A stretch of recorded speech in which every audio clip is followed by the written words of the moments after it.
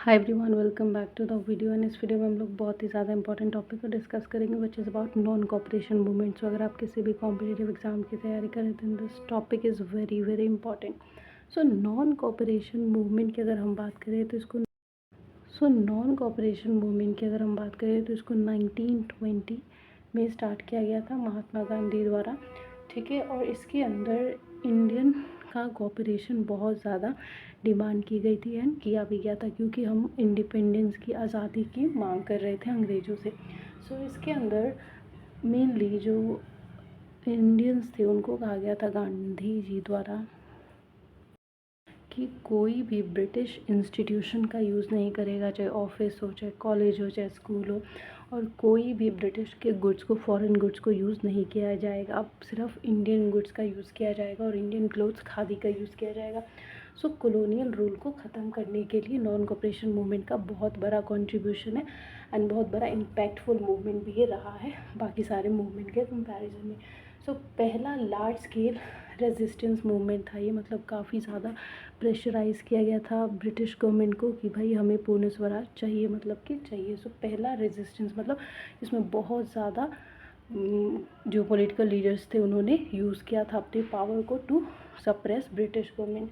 इसके अलावा Indian national Congress जो थी उसने जलियांवाला बाग में सेकर खिलाफत मूवमेंट जो हुआ था, जो गलत हुआ था खलीफा के साथ, और स्वराज, इन तीनों चीज़ पे बहुत ज़्यादा इम्फेसिस किया था और ब्रिटिश गवर्नमेंट के आगे रख दिया था कि हमें जलियांवाला बाग में सेकर के लिए जस्टिस चाहिए, खिलाफत रॉन्ग्स के लिए चाहिए और स्वराज के लिए भी जस्टिस चाहिए। और गलत के साथ गलत हुआ था, स्वराज की डिमांड और जलियांवाला बाग में सेकर जो था मेन इम्फेसिस था पॉलिटिकल लीडर्स का नॉन कोऑपरेशन मूवमेंट के अंदर। और वर्ल्ड वॉर वन जो हुआ था उसमें जो इंडिया की लोकल इंडस्ट्री थी उसको भी ब्रिटिशर्स ने बिल्कुल बुरी तरीके से ख़त्म कर दिया था। तो उसके लिए भी पॉलिटिकल लीडर्स बहुत गुस्सा थे और इस चीज़ को आगे लाने की कोशिश कर रहे थे, इस टर्म को। और जो लोकल इंडस्ट्रीज़ है उसको चाह रहे थे कि इस्टेब्लिश हो इंडिया में, ताकि जो एम्प्लॉयमेंट है वो मेंटेन रहे और लोग अपने नीड्स को फुलफ़िल कर ले। हंटर कमीशन बनाया गया था, उसके खिलाफ भी गांधी जी थे, क्योंकि इसने हमारे लिए जस्टिस नहीं की थी इंडियंस के लिए। ओके, सो जो हंटर कमीशन था वो भी हमारे अगेंस्ट था, यानी कि इंडिया के कंडीशन के लिए फेवर नहीं कर रहा था। एंड मोंटेग्यू का जो चेम्सफोर्ड रिफॉर्म था, वो मोंटेग्यू जो है लॉर्ड वाइसराय थे, लॉर्ड मोंटेग्यू, इनका भी रिफॉर्म इतना ज़्यादा एक्सेप्टेबल नहीं था। एंड कुछ कॉजेज़ थे जिसकी वजह से नॉन कोऑपरेशन मूवमेंट हुआ था। सो 1919 का जो रूलेट एक्ट हुआ था, जिसके अंदर ब्रिटिश गवर्नमेंट ने प्रोटेस्ट और डेमोन्स्ट्रेशन को रोकने के लिए इंडियंस को ज़बरदस्ती जेल करने के लिए रूल पास कर दिया था, जो कि 2 साल के लिए आपको जेल में कर दिया जाएगा, बिना किसी ट्रायल के अरेस्ट किया जाएगा। सो उसकी वजह से नॉन कोऑपरेशन मूवमेंट स्टार्ट हुआ गांधी जी द्वारा। जलियांवाला बाग में से अगर अमृतसर में हुआ था, जहाँ पे कितने ही बेगुनाह लोगों की मौत हुई थी, वहाँ पे भी बिना किसी गलती के गोलियां चलाई गई। सो वो भी एक कारण था, क्योंकि अब बिना गलती के बहुत ज़्यादा टॉर्चर हो रहे थे Indian. So now Gandhi ji and other political leaders decided कि अब नॉन कोऑपरेशन मूवमेंट, यानी कि ब्रिटिश के साथ, चाहे उनका इंस्टीट्यूशन हो, ऑफिस हो, पढ़ाई लिखाई का हो, कहीं पे भी, या कोई सामान हो, गुड्स एंड सर्विसेज, कहीं पे भी कोऑपरेशन नहीं होगा। इसीलिए इसका नाम भी है नॉन कोऑपरेशन मूवमेंट, जहाँ पे इंडियंस ने अपना कोऑपरेशन हटा लिया था ब्रिटिश के सारी चीज़ों से, इंस्टीट्यूशन से, ऑफिस से एंड गुड्स वगैरह से। सो वर्ल्ड वॉर वन में इकोनॉमिक प्रॉब्लम भी हो गया था, जो ब्रिटिश थी वो भी वर्ल्ड वॉर में शामिल थे, जिसकी वजह से काफ़ी ज़्यादा इंडिया का भी नुकसान हो रहा था बिना किसी कारण के। पर उन्होंने हमसे ये प्रॉमिस किया था कि अगर इंडियंस आर्मी ब्रिटिश की तरफ से लड़ेगी वर्ल्ड वॉर वन में तो वो हमें इंडिपेंडेंस दे देंगे। हालांकि उन्होंने अपना प्रॉमिस तोड़ दिया था, पर इंडिया को इकोनॉमिक प्रॉब्लम्स बहुत ज़्यादा फेस करने पड़े थे। इसके अलावा खिलाफत मूवमेंट पे एक रीज़न था, जो ब्रिटिश थी उसने ओटोमान एम्पायर पे कब्ज़ा कर लिया था, और जो मुस्लिम्स थे उनके खलीफा जो थे उसको बहुत रिस्पेक्ट किया करते थे मुस्लिम्स। उसकी वजह से यहाँ पे गांधी जी ने एक ट्रिक अपनाई, जहाँ पे हिंदू मुस्लिम यूनिटी भी फॉर्म हुई थी, क्योंकि मुस्लिम्स को लगा कि हाँ हमें भी इंडिपेंडेंस मूवमेंट में साथ देना चाहिए, क्योंकि गांधी जी ने भी खिलाफत मूवमेंट में काफ़ी ज़्यादा साथ दिया था और खिलाफत मूवमेंट को अली ब्रदर्स ने स्टार्ट किया था। सो खिलाफत मूवमेंट भी एक कारण था नॉन कोऑपरेशन मूवमेंट को स्टार्ट करने का। एंड जो लास्ट चीज़ थी वो थी बॉयकॉटिंग ब्रिटिश गुड की। हर एक जो भी चीज़ है ब्रिटिशर्स की उसको हमें बॉयकॉट करना है, वो जो भी कहेंगे टैक्स पे नहीं करना है हमें, ठीक है, लिक्विड रेवेन्यूज़ नहीं देने उनको। सो कॉजेज़ बहुत सारे हो गए थे, इसीलिए नॉन कोऑपरेशन मूवमेंट। अब गांधी जी तंग होकर उन्होंने ये बोल दिया डायरेक्ट कि अब किसी भी चीज़ पे उनके साथ नहीं कॉपरेट करना है, चाहे जेल में जाना पड़े, चाहे कुछ भी करना पड़े। सो 1990 का रूल अटैक, जलियांवाला बाग में, second world war 1, Khilafat movement, boycotting British good, these are the reason जिसकी वजह से नॉन कॉपरेशन मूवमेंट हुआ था। और नॉन कॉपरेशन रेजोल्यूशन भी पास हुआ था कब? नागपुर सेशन, जो कि दिसंबर 1920 में हुआ था। वहीं पे नॉन कॉपरेशन का रेजोल्यूशन पास किया गया था। और कांग्रेस ने यहाँ पे मास ऑर्गेनाइजेशन अपने आप को डिक्लेयर कर दिया था, जो कि ना हिंदू को सपोर्ट कर रही थी, ना मुस्लिम्स को, हर रिलीजन को मास ऑर्गेनाइजेशन, यानी कि बिना किसी रिलीजन के भेदभाव के हर किसी का यहाँ पे भलाई करना अब एक मुद्दा बन गया था कांग्रेस का। ऑब्जेक्टिव थे कुछ नॉन कॉपरेशन मूवमेंट के होने के। नेशनल स्कूल्स कॉलेजेस खोले गए इंडिया के खुद के, ताकि जो ब्रिटिश के हम गुड्स या उसके इंस्टीट्यूशन को बॉयकॉट कर रहे हैं, तो इंडिया में अपने स्कूल और कॉलेजेस होने चाहिए जहाँ पे पढ़ाई लिखाई कर सके। अब उनके गुड्स को हम हटा रहे हैं, तो खादी का प्रोडक्ट जो कि इंडिया का था, खादी क्लोथ्स, वो यूज़ करने लगे थे इंडियंस। और कोड्स वगैरह भी इंडिया के खुद बनने लगे, जो कि इंडिया को जस्टिस देने का काम करता था।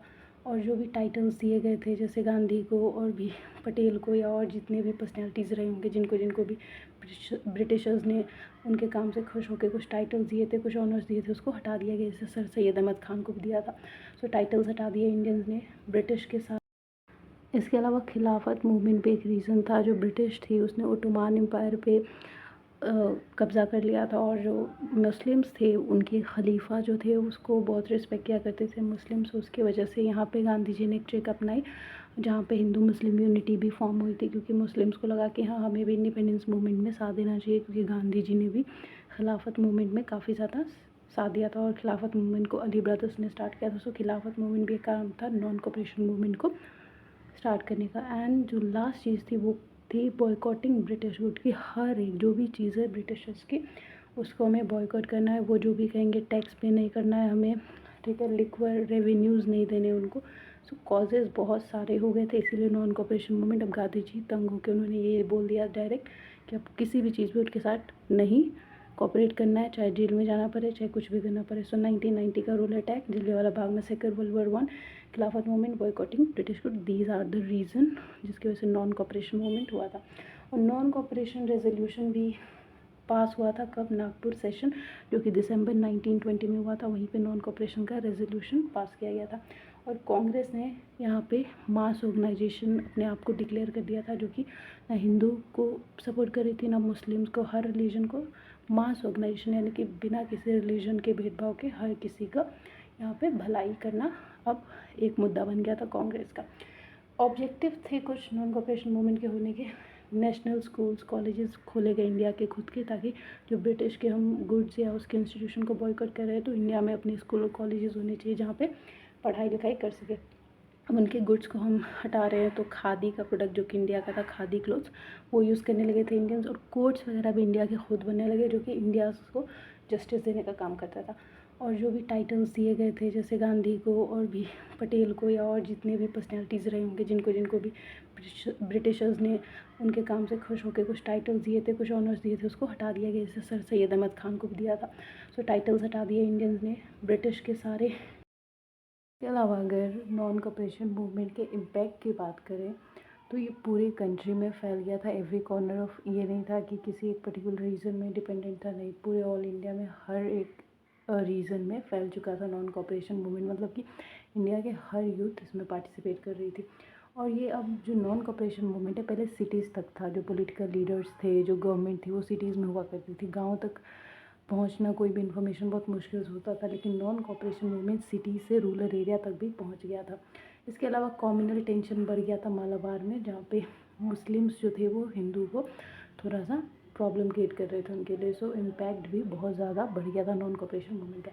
इसके अलावा अब क्योंकि जो पॉलिटिकल लीडर्स हैं उन्होंने इतने बड़े बड़े स्टेप्स लिए, मास मोबिलाइजेशन हो रहा था, ट्रेडर्स, वर्कर, मर्चेंट, सब कोई अब उनके अगेंस्ट हो गया था, तो ब्रिटिश गवर्नमेंट भी तो चुप नहीं रहेगी। तो उन्होंने भी बहुत सारे स्टेप्स लिए, जैसे कि उन्होंने पब्लिक मीटिंग्स को बैन कर दिया था, सप्रेशन किया। गांधी एंड वाइसरॉय जो थे लॉर्ड रेडी, उनके बीच में मीटिंग्स भी हुई कि सब सेटलमेंट करके ठीक कर दी, लेकिन कुछ ठीक नहीं हुआ।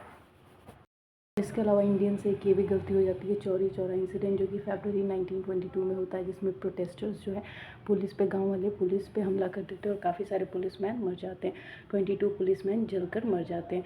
सो 22 फरवरी 1922 को ये हादसा होता है। फिर मार्च 1922 को 6 ईयर प्रेजेंट गांधी जी रहते हैं, ठीक है। उनको 6 साल के लिए जेल में डाल दिया जाता है। इसके अलावा बहुत सारे ग्रुप्स बन जाते हैं इंडियंस जो लीडर्स थे इंडिपेंडेंस मूवमेंट के अंदर, जैसे पीसेंट, ट्राइबल्स, हिंदू मुस्लिम की यूनिटी हो जाती है। मास मोबिलाइजेशन बहुत ज़्यादा देखने को मिलता है। पूरा जो हिंदुस्तान है वो एकजुट हो जाता है नॉन कॉपरेशन मूवमेंट के अंदर। और मिडिल क्लास का लिमिटेड कंट्रीब्यूशन रहता है, अब इतने ज़्यादा मिडिल क्लास नहीं जुड़ते। और स्वराज कुछ जो इंडस्ट्रियलिस्ट हैं वो पूरी तरीके से ब्रिटिश गुड को बॉयकॉट नहीं कर पाते, क्योंकि इंडिया में इंडस्ट्रीज़ की कमी होती है। इसकी वजह से जो खादी प्रोडक्ट्स वगैरह ये बहुत महंगे पड़ते, तो ये भी एक कारण है कि नॉन कॉपरेशन मूवमेंट इनकम्प्लीट रहा, या सक्सेसफुल नहीं रहा और स्वराज नहीं मिल पाई। सो इंडिया में कुछ इंडस्ट्रियलिस्ट ऐसे थे जिन्होंने बॉयकॉट नहीं किया था कुछ गुड्स को, क्योंकि इंडिया में इंडस्ट्रीज़ की कमी सी। तो जाहिर सी बात है, ये सेंसिबल बात है कि अगर इंडस्ट्रीज़ इतने नहीं है, लोकल इंडस्ट्री भी इन्होंने बंद करवा दिए थे ब्रिटिशर्स ने, तो हमें चाहते हुए ना चाहते हुए इनकी प्रोडक्ट्स को कहीं ना कहीं यूज़ करना ही होगा। सो नॉन कॉपरेशन मूवमेंट इसीलिए सक्सेसफुल नहीं हुआ था और स्वराज नहीं मिल पाई थी। सो कहीं ना कहीं नॉन कॉपरेशन मूवमेंट ने काफ़ी अच्छा इम्पैक्ट डाला, लेकिन ये भी सक्सेसफुल नहीं हो पाया हमें इंडिपेंडेंस दिलाने का। So this was all about non cooperation movement. अच्छा लगे तो शेयर करना। Thank you.